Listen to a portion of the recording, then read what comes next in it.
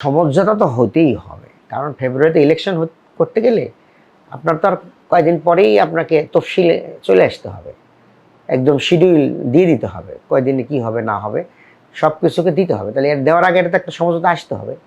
আর আমরাও কিন্তু বারবার বলে আসছি, শুধু ঐক্যমত্য কমিশনে আলোচনা হবে তা না, এর বাইরেও আলোচনা হতে পারে। আমরা 2 দল 3 দল একসাথে বসতে পারি, হ্যাঁ, সরকারের বাইরেও আমরা বসতে পারি এবং ডায়ালগ করতে হবে দেশের স্বার্থে।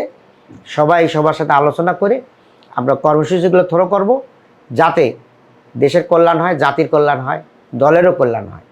এজন্য সমঝোতা হওয়াটাই স্বাভাবিক এবং আমরা সবাই চাই সমঝোতা হোক।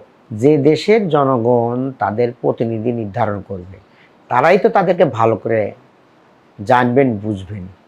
কারণ একই মহল্লায় বসবাস করে, একই কনস্টিটিউয়েন্সিতে তাদের বসবাস, তো সেখানকার ব্যক্তিবর্গ যিনি প্রতিনিধি হবেন তাকে তারাই ভালো জানবেন। তারা যখন ভোট দিয়ে তাদেরকে নির্বাচিত করবেন, তখন আমেরিকা তার সমস্যাটা কোথায়? আর আমেরিকা তারা খোঁজখবর নিয়েছে আসলে জামাতের মানে উৎস কোথায়, জামাত কোথা থেকে আসছে, কি করতে চায়, এগুলো তারা নিবিড়ভাবে দেখেছে। বিশেষ করে দীর্ঘ 15 বছরে আমাদের উপর যে জুলুম নির্যাতন হয়েছে এগুলো তারা দেখেছে, আমাদের এগুলো ইতিহাসগুলো তারা গবেষণা করেছে। করার পরে তারা দেখেছে যে যত ধরনের নেগেটিভ আমাদের বিরুদ্ধে বলা হয়েছে এগুলোর কোনো বাস্তবতার কোনো মিল নাই। অর্থাৎ আমাদেরকে জঙ্গিবাদ বলা হয়েছে, আমাদেরকে বলা হয়েছে উগ্রবাদ বলা হয়েছে, আমাদেরকে বলা হয়েছে মৌলবাদ বলা হয়েছে, কিন্তু তারা খুঁজে দেখেছে যে এগুলোর সাথে মিল নেই।